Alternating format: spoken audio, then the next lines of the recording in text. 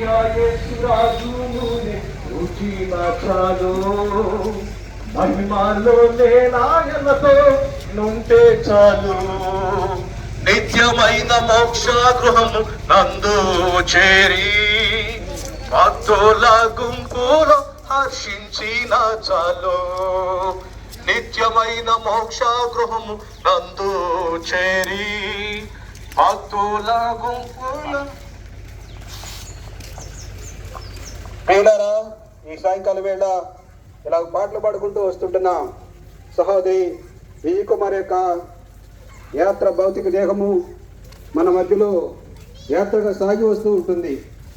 మొన్నని దొరికినోళ్ళని మరలా భూమికి చేరను, దాని ఆత్మ దేవుని యొక్క సన్నిధికి చేరని పరిశుద్ధ బైబిల్లో చదివిస్తూ ఉంటుంది. ప్రతి మానవుడు భూలోకాన్ని ఒక దినాన విడిచిపెట్టాల్సిందే. శరీరము మరి మన్నైపోతుంది, ఆత్మ దాని దయచేసిన దేవుని దగ్గర వెళుతుంది. దేవుని దగ్గరికి వెళ్ళాలి అంటే పరిశుద్ధులలో ఒక మాట ఉంది, ప్రదక్షిణ వారు ధన్యులు, వారు దేవుని చూసేదారు.